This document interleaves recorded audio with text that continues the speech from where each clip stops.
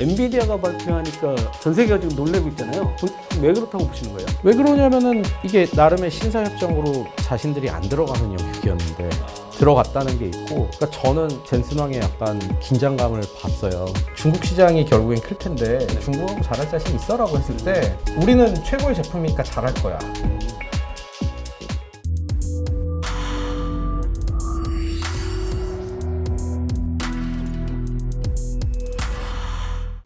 와우! 여러분 안녕하세요. IT 안구정화의 도안구입니다.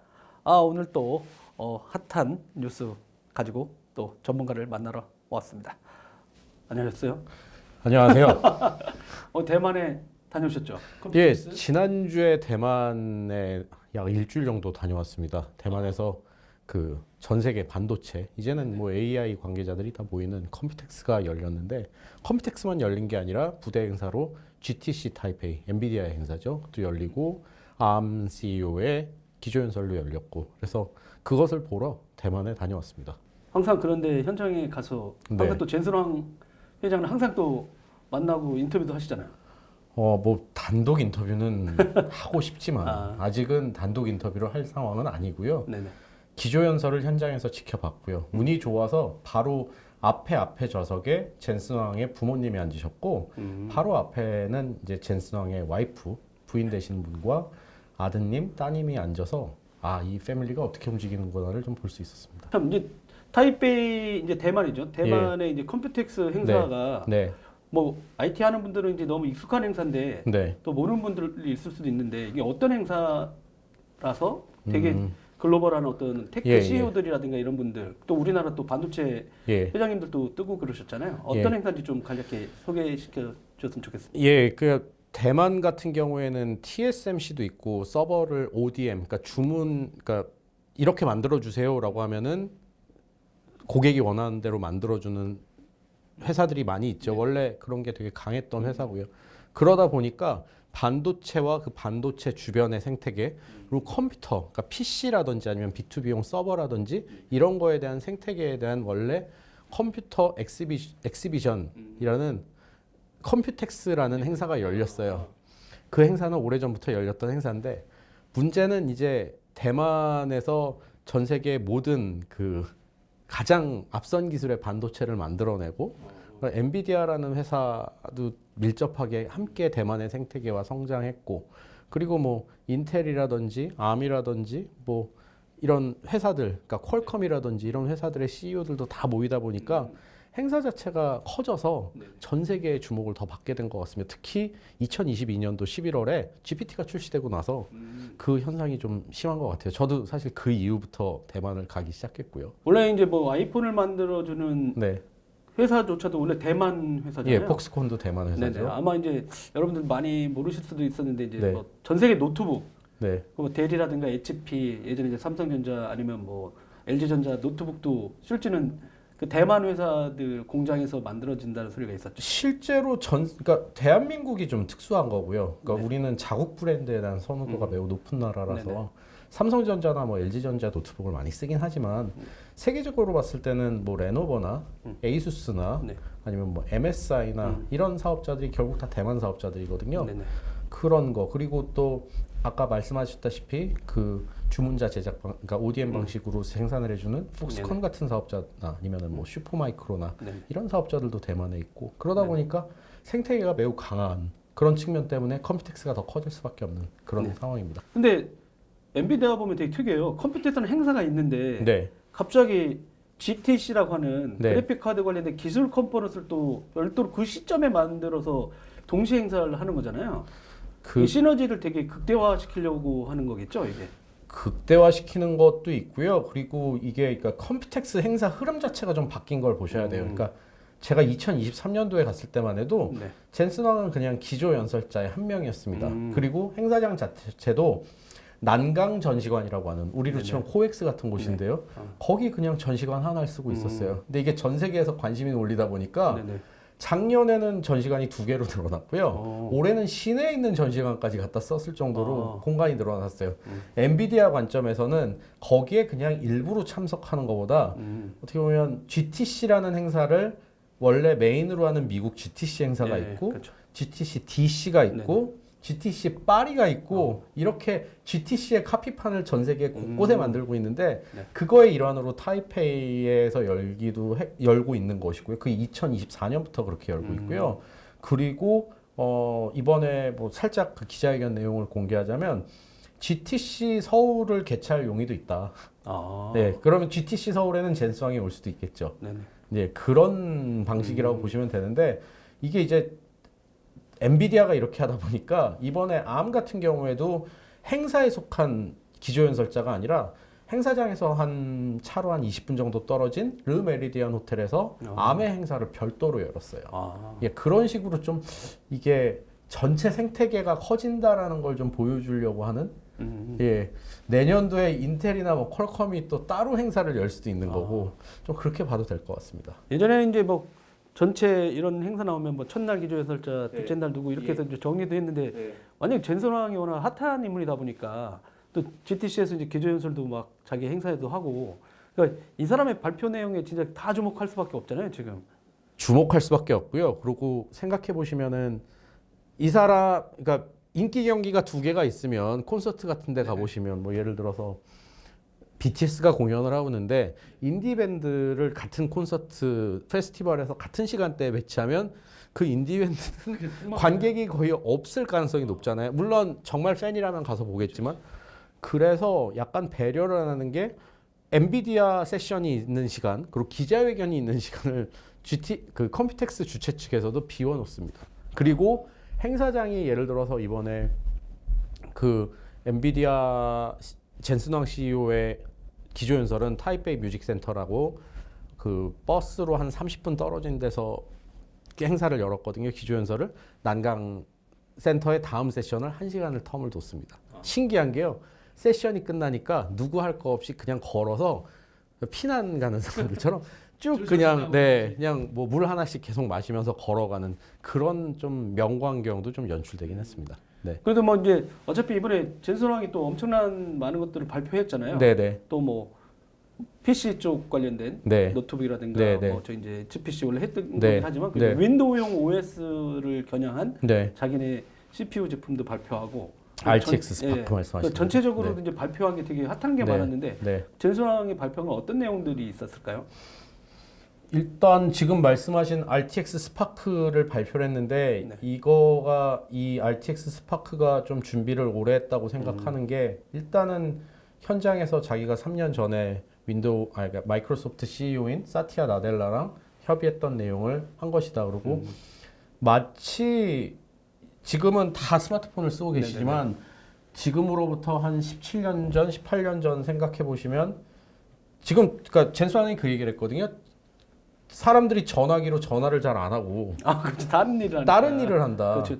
그러니까 지금의 PC는 사실은 40년 전에 그러니까 키보드로 입력하고 마우스로 입력하던 방식이 거의 그대로고 그렇죠.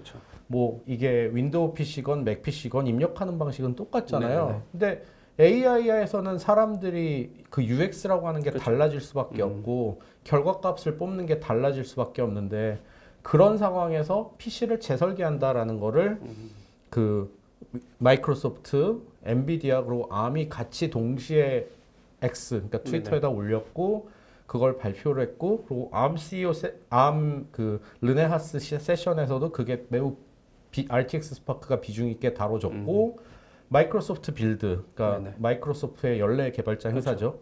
젠슨왕이 타이페이에서 날아가진 않고 한국을 와야 되니까 원격으로 새벽 한 1시, 2시쯤 접속을 했는데 현지 시각 기준으로 근데 거기서도 젠슨왕과 논의를 해서 윈도우를 이렇게 바꿀 거다라고 했고 하반기에 나올 거라고 이야기를 했는데 이 제품은 저는 무슨 생각이 들었냐면 저도 첫 직장 KT라는 첫 회사에서 홍보실에 한 1년 반 정도 있었는데 보도자료의 메시지나 아니면은 그 워드 하나하나는 결국에는 회사 경영진의 방침, 회사의 전략과 그리고 경쟁사를 고려할 수밖에 없습니다.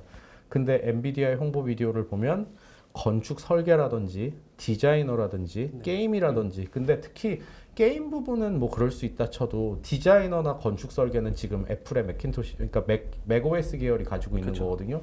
그걸 정면으로 타겟한 것이 아닌가. 그걸 통해서 우리가 이만큼 시장을 수요처를 늘리겠다. 그러니까 글로벌 기업의 CEO는 결국에는 두 개를 신경 쓸 수밖에 없다고 생각하는데요. 결국에는 공급망을 얼마나 원활하게 해서 우리가 물건을 제때 만들어내느냐. 그리고 수요라는 관점에서 우리가 수요가 계속 있어요라고 해서 끌어올린 주가를 유지를 해야 되는데 그 유지되는 주가를 유지하기 위해서 지금 그러니까 엔비디아의 가장 큰 고민이자 문제점은 하이퍼스케일러 그러니까 뭐 아마존 예, 대규모 클라우드 사업자들에 좀 편중된 경향이 있고 그래서 한국에 와서 뭐 현대자동차 만나고 LG 만나고 네이버 만나고 그러는 것들인데 그런 관점에서 접근하지 않았나 싶고요. 보시기에 일단 이제 윈도우 PC가 좀 신선하긴 했는데 여태까지는 뭐 인텔, 그다음에 AMD 보통 이제 X86 계열이다라고 이제 테크 쪽에서는 얘기를 했었는데 이제 ARM 관련된 거 원래 스마트폰에 들어갔던 거잖아요, 실제 아니면 뭐 삼성전자가 만들고 있는 태블릿이라든가 이런 쪽까지 와 있었고. 근데 이제 이게 윈도우로 온 게 퀄컴이었는데 처음으로 근데 상태가 그렇게 기대만큼 시장의 기대만큼 퀄컴이 윈도우 PC에서는 이 정도 임팩트를 안 줬다고 저는 생각했는데 왜 이번에 이제 엔비디아가 뛰어드는 그러니까 퀄컴이 있었어도 영향이 별로 없었는데 엔비디아가 발표하니까 전 세계가 지금 놀래고 있잖아요. 왜 그렇다고 보시는 거예요? 왜 그러냐면은 이게 나름의 신사협정으로 자신들이 안 들어가는 영역이었는데 들어갔다는 게 있고 근데 시장에서 그러니까 저는 사실은 젠슨 왕의 약간 긴장감을 봤어요. 기자회견 얘기가 이제 저 다른 얘기가 많이 나오긴 했지만 그거보다 이제 질문이 나왔을 때 그러니까 저희처럼 글을 쓰는 사람들은 상대방에게 질문을 던졌을 때 이 사람이 질문에 어떤 반응을 하냐를 보는 것도 하나의 그쵸, 묘미잖아요. 그렇죠. 물론 그거를 글에다간 표현할 수 없지만 그렇지. 저 뉘앙스가 사람이 있으니까 표정이라든가. 저 사람이 아 저게 정말 아픈 손가락이구나. 그렇지. 아픈 질문. 저기서 긴장하고 있구나가 있는데 그날 기자회견에서 젠슨 왕이 좀 짜증 내지는 화를 그러니까 젠슨 왕이 약간 기분이 언짢으면 좀 약간 베베 꽈요. 말할 때. 네. 근데 이제 그게 제가 보기에 세 가지가 있었는데 그 국내분의 질문을 빼고 그 이제 두 개인데 하나가 이제 영국 BBC 기자가 물어봤던 지정학적 그 중국에 대한 질문. 근데 그걸 제일 답하기 싫어해서 계속 no no 뭐 이러면서 계속 그랬는데 그거 말고 로이터의 저 그 기자 이름은 모르겠습니다. 근데 그 사람은 매년 질문을 던지거든요. 그 기자가 했던 질문이 너네 중국 가서 잘 팔 자신 있어? 중국 시장이 결국엔 클 텐데 중국하고 잘할 자신 있어라고 했을 때 젠슨이 우리는 최고의 제품이니까 잘할 거야. 그러니까 마치 너 수학 엄마가 아이한테 너 수학 잘할 자신 있어? 했더니 나 무조건 100점 맞을 거야 라는 약간 의지치만 보이는 어떻게 100점을 맞을 건지 내가 뭘 공부할 건지 그걸 공개를 안 하고 그렇죠. 그렇게만 답을 하는 걸 보면서 아 약간 긴장을 하고 있구나. 물론 그건 있습니다. 뭐냐면 그게 이제 기자회견이 화요일 날 오전이었고요. 그러니까 수요일 날 01시에 마이크로소프트 빌드가 열리는 상황이었고 그래서 마이크로소프트와 협의한 것 때문에 자신이 말을 못 하는 게 많았어요. 저는 공식 질문 기회 못 받았고 끝나고 물어봤는데 아 정말 기대도 된다라는 얘기를 저한테 계속 3번, 4번 반복을 하더라고요. 근데 약간 그 답하는 걸 전 보면서 아 젠슨이 좀 긴장했구나. 예. 그러니까 말씀하신 퀄컴 왜냐면은 이게 수요가 정말 창출이 돼서 본인들이 프로젝션 한 대로 매출이 늘어나고 수요처가 늘어나면 지금 늘어난 주가에 기대치를 해서 주가를 부양할 수도 있고 그렇죠. B2C 시장이 크니까. 그만큼 자금을 조달하거나 해서 결국에 수요를 만들어내고 계속 그 동일한 얘기를 반복하잖아요. AI 엑셀러레이터, 토큰, AI 팩토리, AI 토큰을 만들면 돈을 번다, 버블이랑 다르다. 그렇죠. 거의 그런 얘기만 계속 반복하는데 근데 이게 좀 식상해요. 지금 저도 한 2년, 3년째 듣다 보니까 뭐 이제 피지컬 AI, 로보틱스 저는 사실 그 다음은 뭔데라는 걸 늘 물어보고 싶은데 그건 말을 못하게 하더라고요. 네네. 근데 PC라는 수요가 나오게 되면 이제는 또 완전히 다른 거죠. 근데 저는 이제 윈도우 PC 보니까 그런 생각이 들긴 했거든요. 그러니까 여태까지 실제 처음에 AI PC가 나왔을 때 약간의 이제 그 성능 테스트 같은 걸 몇 번 하는 기준을 마이크로소프트 한번 얘기를 한 적이 있어요. 그러니까 대략 뭐 한 1초에 몇 조 번 연산했으면 좋겠다라는 어떤 기술을 얘기를 했는데 실제는 초기에는 인텔하고 AMD가 그게 안 됐었거든요. 그 말은 AI PC라고 했는데 그러다 보니까 많은 사람들이 AI PC라고 해서 샀는데 진짜 보니까 안 됐다. 그러다 보니까 약간 인식이 그러니까 새로운 시장에 새로운 제품인데 성능이 되게 좋았어 하면 사람들이 와우 하면서 억셉트 하면서 계속 갔을 텐데 그런 나쁜 경험을 하고 나니까 인텔하고 AMD가 쟤네도 저번에도 AI PC인데 성능이 안 좋았는데 이렇게 하고 있다가 워낙 엔비디아가 이제 서버단에서 너무 클라우드라든가 이런 쪽에서 너무 잘 나가고 시장을 주도하다 보니까 그런 사람들이 또 ARM 기반으로 이렇게 들어온다고 하니까 약간의 기대감? 인텔하고 AMD가 따라오고 성능이 더 좋다고 해도 약간은 새로운 엔비디아에 대한 어떤 기대감들이 높아져 있는 거 아닌가 하는 생각도 들어요. 기대감도 높아져 있고 일단은 저전력 PC고 아시다시피 원래 그 PDA 만들려고 만들었던 회사였고 근데 확실히 저는 맥을 쓰는데 제가 AI를 돌려보면 배터리가 정말 금방 닳거든요. 네. 물론 제 랩탑이 좀 오래돼서 그런 걸 수도 있지만 그런 관점에서 봤을 때는 그 전력에 대한 우려 그러고 실제로 아직까지 시장에 시제품이 오픈은 안 됐지만 이게 오픈이 됐을 때 정말 AI 시대에 맞춰서 그러니까 그 얘기를 하잖아요. 사람을 위한 CPU는 지금까지 있었는데 AI 에이전트를 위한 CPU는 없었다. 로봇끼리 통신하고 대화하고 하는. 네, 그러니까 그런 것들이 제가 생각할 때는 이게 바뀔 수도 있겠구나. 그러니까 이번에 윈도우 쪽이면은 기대감이 진짜 모처럼 MS가 저기 실제 그 발표하고 나서 윈도우 12를 다시 봤어요. AI 기능을 넣었다고 했는데 하나도 안 쓰고 있는 거야. 왜냐면 코파일럿 사이트 자체를 안 들어가니까요. 이 사람들 자꾸 마이크로소프트는 윈도우 11 관련돼서 업그레이드 하면서도 계속 AI PC 운영체제입니다 라고 했지만 그거 쓰려면 약간 코파일럿 사이트에 들어가야 이렇게 되는데 굳이 뭐 그거 들어갈 필요가 없다 보니까 윈도우 쪽에 AI가 적용된다는 거를 진짜 체감하는 게 느껴지진 않고 있었거든요. 근데 이번에 하드웨어가 바뀌면 혹시 어떻게 이 윈도우하고 이 PC로 쓸 수 있을지 기대감은 진짜 가더라고요. 근데 엄청 비쌀 거 아닌가요? 뭐 예측치가 나왔나요? 혹시 그 가격이 개인용은 $5,000라고 나왔던 걸로 알고 있고. 그럼 우리나라 환율 무지막지한데요. 750만 원인데 근데 그게 도입할 만한 게 개개인의 입장에서는 그게 미국 근로자의 평균 월급 수준이라고 누가 그래서 현재 그런 관점에서는 살만하다. 왜냐면은 옛날에 80년대 PC가 처음 나왔을 때 가격을 생각해 보면 그 관점, 그러니까 지금 어떻게 보면 디바이스, 그러니까 단말기 값이 계속 떨어지고 있어서 사람들이 비싸다고 생각을 하지만 생각해 보면 이걸 해서 얘가 정말 AI 에이전트로서 집을 혁명적으로 만든다면, 그러니까 제가 오늘 방송 들어오기 전에 뭘 봤냐면 일본에서 어떤 은퇴한 공무원이 있는데 홋카이도에서 250만 에이커를 자동으로 농사를 진다는 거예요. 챗GPT랑 클로우드 정말로 찾아보면 나옵니다. 클로우드 코워크랑 그 IoT를 활용해서 물을 자동으로 주고 그래서 돈을 엄청 벌고 있대요.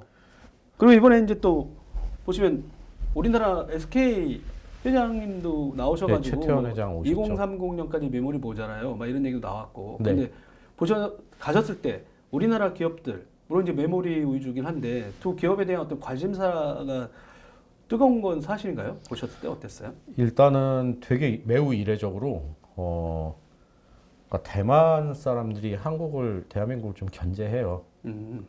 좀 제가 우리나라의 상황이 몇 년 전에 좀 삼성전자 위기론 나오고 했을 때 타이완 관시라고 얘기하면서 니들끼리 다 해라. 약간 그런 느낌이 들었는데 이번에 이례적으로 엔비디아가 코리아 파트너데이라는 걸 개최를 해가지고 삼성전자는 모르겠고 SK 경영진 왔고 LG전자, 네이버 그리고 국내에선 뭐 엔닷라이트, 리얼월드의 유중희 대표 그리고 거기 어디죠? 그 NC소프트라든가 래블랩의 신정규 대표 제가 본 얼굴들은 거기들 와가지고 그 저녁 같이 먹고 그 노변에서 인터뷰하고 막 했어요. 네네. 거기에 원래 한국 기자만 오라고 그랬는데 대만 기자들이 와가지고 질문을 못하게 하는데, 근데 거기서 나왔던 질문이 한국과 대만의 이코시스템의 경제에 대해서 어떻게 생각하냐 그러니까 젠슨은 그냥 되게 능글맞게 그렇죠. 둘은 경쟁 대상이 아니고 협업단계지. 둘의 성격은 완전히 다르다 이렇게 약간 현명한 동문서답을 했는데, 그런 점에서 봤을 때는 요 근래에 봤던 컴퓨텍스 치고는 물론 전 시간을 뭐 SK 하이닉스나 삼성전자나 뭐 한미반도체도 네네. 전 시장을 그렇죠, 이번에 그렇죠. 열었는데 그렇게 크게 열진 않았어요. 그렇지만 그런 거, 그리고 그 스타트업 행사가 같이 열립니다. 이노벡스라고 그 스타트업 아일랜드 타이완이라고 해서 네네. 그 대만 총통 밑에 국가개발위원회, 그러니까 내셔널 디벨롭먼트 커뮤니티가 있고 NDC 밑에 이제 자회사, 손자회사 같은 형태로 스타트업 아일랜드가 있는데요. 거기가 이제 같이 개최하는 게 이노벡스라고 스타트업 행사예요, 대만에. 그 행사에서 사실 전시관이 제일 컸던 게 뭐 대만 전시관도 아니고, 그러니까 일본의 전시관도 아니고 대만으로 치다 엔비디아 전시관이었어요. 거기 거기에 이제 한국 기업들 매우 많이 나와서 그래서 뭐 슈퍼브 AI도 받고 뭐 제가 기억이 나는 건, 그래서 그런 전시관들을 통해서 한국 회사 그리고 우리나라 코리아 전시관이 있었고, 그래서 고양 투자청이 제가 나왔던 걸로 기억하는데 그런 것들이 좀 있었습니다. 그렇긴 했고, 근데 이게 대한민국이 이렇게 한다라기보다는 제가 받은 느낌은 전 세계 반도체 이코시스템에서 AI라는 숙제를 전 세계 지구인들이 풀고 있는데, 그쵸. 이걸 대만에서 어떻게 풀고 한국에서 어떻게 풀고 미국은 어떻게 풀고 일본은 어떻게 풀 건지 그런 것들이 있었고, 또 젠슨이 발표한 것 중에 전력에 대한 수요를 따라서 여기 전력에 썼다가 여기 전력에 썼다 이렇게 왔다 갔다 하는 그 개념을 발표를 했는데, 그게 옛날에 생각해보면 클라우드라는 게 지금으로부터 한 24년 전에 아마 23년 2005년에 시작했어요. S3. 예, 그들이 이제 안에서 쓰기 시작하는 5년, 6년 그때 생각해 보면은 그때만 해도 가상화 시켜서 탄력적으로 쓴다는 걸 상상을 못 했는데, 근데 지금 전력에도 비슷한 개념이 나왔고, 그러니까 메모리를 뭐 예를 들어서 클라우드처럼 갖다 쓰겠다 뭐 이런 개념이 뭐 나오겠죠. 네네. 결국 역사는 반복되니까요. 그렇지 않는 이상, 근데 결과적으로는 물리적인 메모리는 있어야 되는 거잖아요. 맞아요. 그런 관점에서는 지금 아직은 뭔가를 만드는 단계인 것 같다. 네. 최근에 지금 말씀하셔서 이제 첨언을 하자면 이제 뭐 먼저 인프라를 먼저 투자한 마이크로소프트 같은 경우가 지금 뭐 A 데이터 센터가 있고 어느 지역에 AI 데이터 센터가 있었는데 그동안은 요것만 쓰게 하고 있었는데 자기들이 봐도 이쪽에 많이 몰리는데 저쪽 AI 데이터 센터 GPU가 잘 안 쓰이고 있는 걸 보니까 이 사람들은 진짜 하자마자 최고의 유틸라이저, 아니 최적화를 해야지만 돈을 많이 버는 사업자잖아요. 그러니까 이거 전체를 엮는 프로젝트를 하더라고요. 그래서 지금 되게 좋은 말씀을 해주셨는데, 그래서 마블이라는 회사가 등장을 합니다. 그렇죠. 이번에 마블이 기조연설을 연 사업자고요. 우리나라 분들 중에는 잘 모르죠. 마블이라는 회사에 대해서. 그러니까 이게 그냥 네트워킹하는 회사인데요. 그러니까 오래된 회사고, 근데 그날 주가가 거의 한 30%가 뛰었을 거예요. 젠슨이 이게 다음 조 달러. 네이버도 그 클라우드 그냥 이렇게 발표 장표 하나 했는데 그냥 그 다음날 난리 났어요. 네, 저도 현장에서 네이버 로고가 떠 있어가지고 깜짝, 한화와 네이버 로고를 봤습니다. 거기 한화가 딱 박혀 있어가지고 근데 이게 뭐냐면 마블 회장의 표현을 빌리면 우리는 경쟁하지 않는다. 어디서 많이 들어본 말이죠. 그렇죠.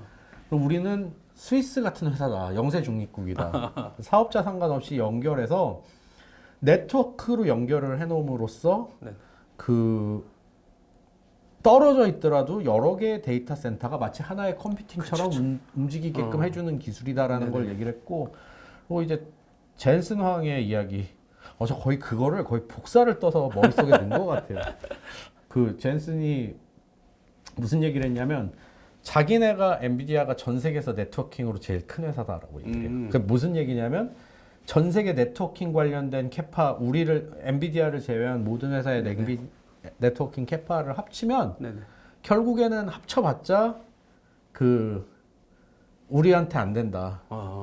뭐 인피니밴드도 그렇고 그렇죠. 엔비링크도 그렇고 모든 것들 네. 그런 것들로 봤을 때는 이제 다음 경쟁은 전 세계의 거리나 뭐 거리가 상관은 있겠죠. 해저 케이블 회사를 사지 않는 이상.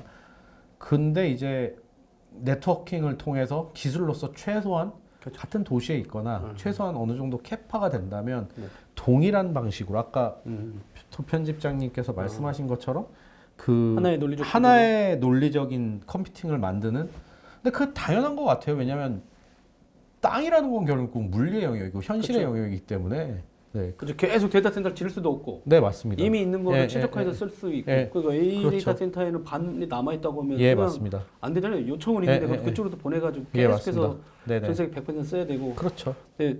왜냐하면 이제 여러분들이 약간 네트워킹을 얘기하면 생각하면 그러시면 되거든요. 그러니까 뭐 엔비디아가 원래 GPU를 만드는 회사였는데 어느 순간에 GPU하고 GPU 연결하는 거에 이게 필요하구나 해서 이제 NV 링크라는 걸 만들고. 멜라녹스를 샀죠. 네, 그다음에 이제 그 인피니밴드 멜라녹스를 사면서 이제 이런 게 서버랑 서버끼리 그다음에 뭐 스토리지. 그러니까 이런 뒷단에 애플리케이션하고 연결할 때 하드웨어적으로 그런 게 필요할 때마다 아까 말한 인피니밴드라는 기술을 만든 멜라녹스를 사면서 이제 네트워킹 쪽 계속해서 하다가 말씀한 대로 이제 스위치도 계속 내놓기 시작하고 그들이 스토리지까지 데이터가 거기 있어요라고 또 자연스럽게 완전히 풀스택으로 계속 가고 있잖아요. 연결한 다음에 말씀하신 대로 A 데이터 센터에서 당연히 마이크로소프트라든가 이런 협업도 하겠죠.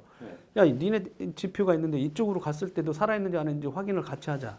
논리적으로 하나처럼 만들자 하니까 어차피 같이 만드는 거다 보니까 맞습니다. 지금 이슈는 아마 데이터 센터들 AI 데이터 센터 만들면 글로벌하게 이제 하나의 논리적으로 하나 그 가상화를 떠올리시면 될 것 같아요. 그 물리적인 공간에 그분들이 이제 뭐 클라우드 사업자들이 100개가 넘는 데이터 센터가 있는데 그 중에 AI 데이터 센터가 뭐 200개는 아닙니다. 몇 군데 지금 미국이 집중돼 있고 뭐 일본이나 한국은 아직 하나도 없는 거죠. 그 사람들이 갖고 있는 것 중에는. 근데 그 뭐 미국에 있는 것도 뭐 100개씩 있는 거 전체를 하나로 만들어 버리면 어마무시한 활용도를 쓸 수 있는. 그러고 렉 자체도 좀 바뀌는 게 차세대부터는 서버를 가로로 꽂는 게 아니라 그마저도 더 공간을 효율적으로 만들려고 세로로 꽂고요.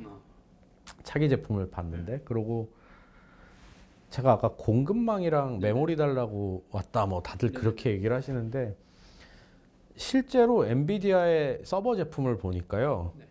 그 특수 냉매를 통해서 그 액체 흘려보내는 장비를 빼고 모든 장비가 레고 블록처럼 만들어져 가지고 작년만 해도 한 대 찍어냈는데 2시간 반 걸린다고 그랬는데 지금 5분이면 한 대 찍는데요. 아, 그렇죠. 이 안에 케이블링 관련된 거 전체 혁신해 버렸잖아요. 여기 진짜 탁탁탁 꽂은 그냥 정말 다 레고 블록처럼 돼 있습니다. 아, 구조 자체를 벨라루빈 이번에 만들면서 그쪽으로 계속 자랑했었잖아요. 해서 그냥 툭툭 꽂으면 되게 그리고 사람이 하겠어요. 이제 로봇 시키면 되죠. 뭐 폭스콘이나 슈퍼마이크로나 MSI에서 그러니까 그런 관점에서 봤을 때는 네, 그렇습니다. 게임업계들 협력 얘기도 있었잖아요. 한국에 로봇 얘기나 이런 상대적으로 피지컬 AI나 이런 건 한국에서 이제 주목받고 있는데 이번에 컴퓨텍스에서는 그렇게 세게 얘기들이 나오진 않았죠. 나왔습니다. 아, 나왔어요? 기자들이 그 피지컬 AI 쪽을 되게 강력하게 쓰질 않아서 그런 건가요? 아니면? 대만 행사 자체에서는 피지컬 AI랑 로보틱스랑 드론 관련된 게 많이 나와서 실제로 의외로? 전시장 중에 드론만 갖다 전시해 놓은 전시가 있었고 그러니까 그렇게 생각하시면 돼요. 그러니까 제가 뭐 어떤 회사에 있을 때 그 회사가 우리나라를 선도하는 한 10년 뒤 먹거리 사업은 정말 잘합니다. 초반에 드라이브는 잘해요. 근데 그 회사가 그걸 뒷심 있게 끌고 가지를 못해서 다른 혜택을 다른 사업자들이 보는 경우가 많았어요. 프랑스의 리테일 쪽 유통기업도 와가지고 세일즈를 하고 협업 기회를 찾는 걸 봤고요. 뷰전 그룹이라고 프랑스 회사인데 작년에 비바텍에서 제가 처음 봤거든요.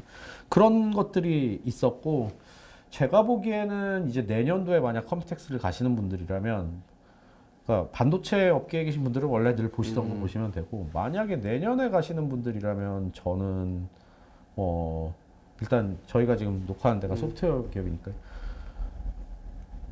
클라우드를 처음 론칭할 때 클라우드 사업자들이 내세웠던 논리는 가상화를 할 때 사람이나 아니면 기계가 보통 쓰는 CPU의 이용량이 20에서 30% 정도밖에 안 된다. 그래서 가상화율을 3.3배로 올리면 CPU에 대한 사용 연한은 줄 수 있지만 그만큼 장비를 효율적으로 써서 안정화만 시켜서 SLA 서비스 레벨 수준만 유지만 한다면 돈을 더 벌 수 있어라는 논리였잖아요. 실제로 지금 요즘에 실리콘밸리의 기업들, 세일소스나 아니면 이런 데를 중심으로 나오고 사스 회사들이나 소프트웨어 기업들이 에이전트에 더 목숨을 거는 이유는 그 다 쓰지 않지 않습니까? 사스 서비스를 한들 쓰는 것만 쓰죠, 사람들이. 근데 내 아예 업무 방식이나 우리 회사의 업무 프로세스를 접목해서 AI 에이전트가 얼마나 그 어떤 특정 사스 사업자나 소프트웨어 사업자가 제공하는 걸 다 쓸 수 있느냐, 그거에 대한 거를 지금 이제 해석을 하기 시작했고, 그게 뭐 빠르면 내년 CES에서 그게 나올 수도 있고 아니면 컴텍스에서 그거에 대한 답이 나올 수 있다. 첫 번째.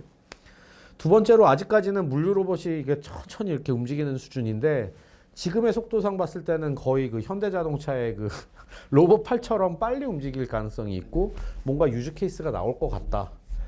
그 행사가 끝나고 전선왕 회장이 한국에 왔고 만나 뵙고 또 이제 기업들 현대자동차, SK, 그다음에 LG, 그다음에 네이버, 그다음에 두산, 그다음에 NC하고 또 그 게임 크래프톤, 예, 그분들도 만나고 또 서울대학교 또 가가지고 또 하고 진짜 전방위적으로 만난 거잖아요. 예전에는 메모리 위주나 뭐 삼성이나 뭐 SK 하이닉스 위주로만 했는데 이번에 완전히 다양한 산업군이잖아요.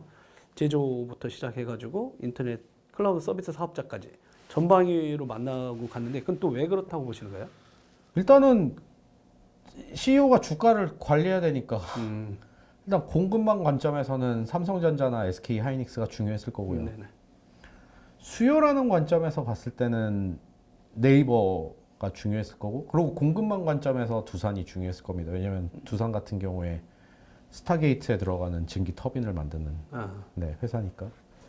왜냐하면 지금 최근 며칠 사이에 그 반도체 관련 주가가 흔들렸던 가장 큰 이유 중 하나가, 제가 회사 이름이 정확하게 기억이 안 나는데 그 회사가 데이터 센터 개발하는 회사인데 실제로 개발한다는 거와 달리 착공조차 못했다라는 보고서가 나왔어요. 뭐 미국에서 지금 데이터 센터 짓는다고 했는데 거의 20-30%밖에 안 됐다 막 이런 얘기도 있고 뜨지도 못했다는 게 나오고 있죠. 파이낸셜 타임스에서 아마 그게 여러 개보다 뭐 GPU 공급 이런 얘기를 하는데 저는 전기 이슈일 가능성이 매우 높다고 보고요. 왜냐면 전기는 물리의 영역이라서 소프트웨어는 뻥튀기해서 뭐 이렇게 만들고 하면 되는데 갑자기 막 천둥번개를 끌어올 수는 없잖아요. 그렇다고 막 원자력 발전소 짓는데 10년 이상 걸리고. 그러면은 그런 관점에서는 두산 에너빌리티가 매우 중요하겠죠. 아니 뭐 중공업이니까 또 공장도 갖고 있고. 근데 이제 두산 관점에서는 또 고민은 있겠죠. 옛날에 GE가 그렇게 공장을 여러 개 지라고 해서 터빈 만들었는데 갑자기 경기 끊기면서 그 재고 부담으로 고생했던 적이 있었으니까. 근데 두산이 그렇게 되면 그나마 이제 좀 회복이 돼서 이제 좀 살아나려고 그러는데 뭐 그냥 너무 잔인한 거죠. 그래서 두산 관점에선 공급망, 그리고 네이버는 함께 협업해서 사업을 하겠다고 하는데 저는 그건 수요를 확대하는 관점으로 봤고요. 왜냐면 또 이제 가게라고 이제 네이버 클라우드가 세종시에 있는 데이터 센터가 있는데 거기에 일단 이제 엔비디아랑 기가 팩토리 뭐 이런 얘기 나오면서 거기에 이제 데이터 센터에 이제 또 GPU가 들어가야 되니까 그런 협력. 왜냐면 신규 데이터 센터는 아닌데 기존에 있는 데이터 센터에 전력은 대략 어느 정도 더 공급돼야 되는지. 왜냐면 전통 데이터 센터라 정부 입장에서도 세종시 쪽 라인에다가 이제 한전에서 또 줘야 되거든요. 여기를 AI 데이터 센터로 만든다고 하면 그러면 네이버하고는 이제 그런 협력 플러스 이제 아까 말씀드린 그 해외 진출도 있는 것 같고요. 제가 볼 때는 해외 진출보다는 이제 여기 위에 소프트웨어 스택이 있는데 네이버가 이 파트너가 되는 거잖아요. 그러다 보니까 이제 제대로 말로는 소버린 했는데 말은 소버린이긴 한데 그럼 참 의견이 많죠. 네네. 그렇게 해가지고 이제 그런 협력도 있고 현대자동차는 이미 자동차 자율운행 알파마요의 네. 파트너기도 하고 네. 그리고 그다음에 데이터 센터를 짓는다고 했잖아요. 군산 지역에다가 이제 나올 것 같기도 한데. 새만금. 네.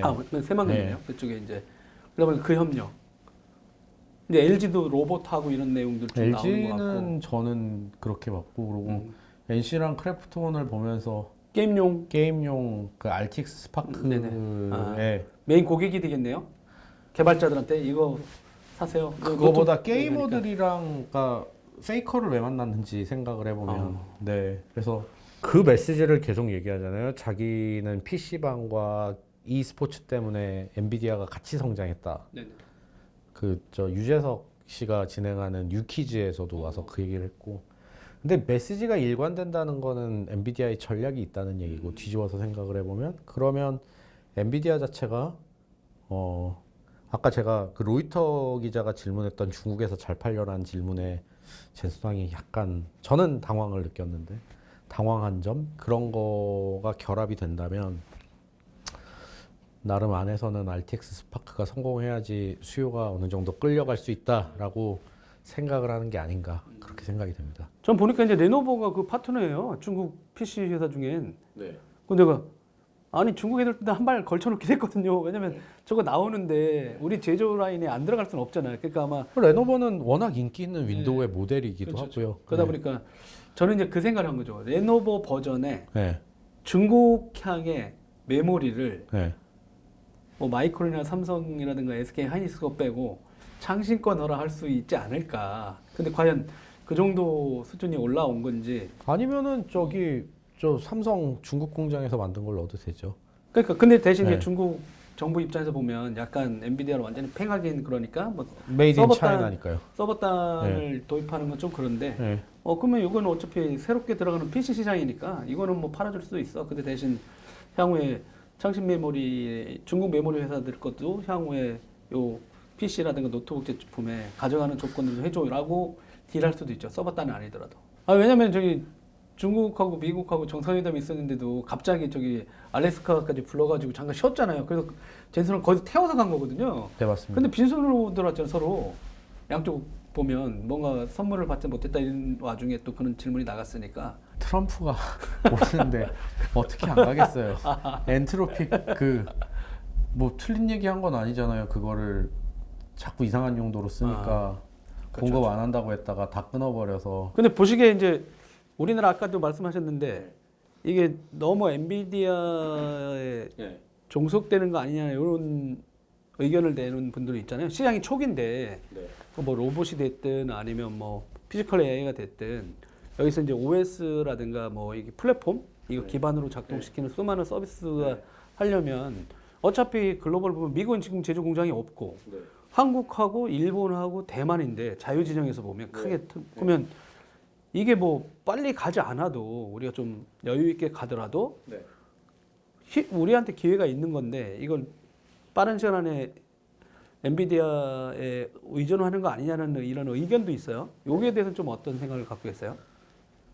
저는 그러면 역으로 드리고 싶은 게 삼성전자가 스마트폰을 만들고 애플 아이폰에 우리나라 부품도 꽤 많이 들어가고 우리가 다 모바일로 생활을 하는데 안드로이드와 iOS만 있으면 우리나라의 모바일 생태계가 그럼 외세에 완전 종속이 된 건가요? 자체 OS 안드로이드 오픈 OS 기반으로 그러면 우리의 뭐 무슨 주체 OS 뭐 이런 걸 만들어서 써야 되는 거냐라고 묻고 싶어요. 그러니까 이해는 가요. 근데 그거는 마치 70년대 80년대 마인드셋이라고 생각해요. 이번에 이제 뭐 컴퓨텍스도 얘기하고 그 안에서 이제 젠소랑도 얘기하고 뭐 거기 이제 퀄컴, 마블 그 영역은 되게 많았다. 근데 아마 이제 향후에 그 즐기시려면 피쿨의 이태호 대표가 또 엄청 상세하게 글을 쓰거든요. 진짜 제가 볼 때는 거의 글로벌 CEO들 관련된 내용을 가장 일목요연하고 아주 머리에 쏙 들어올 수 있게 이렇게 전달해 주기도 하고 현장을 또 직접 취재 또 글로벌하게도 많이 가시기도 하다 보니까 이렇게 또 인사이트도 되게 넓어지는 것 같습니다. 오늘 또 이렇게 장시간 시간 내주셔서 너무 고맙습니다. 네, 저도 오늘 좋은 기회 주셔서 너무 감사합니다. 네, 시청해 주신 여러분 고맙습니다. 네.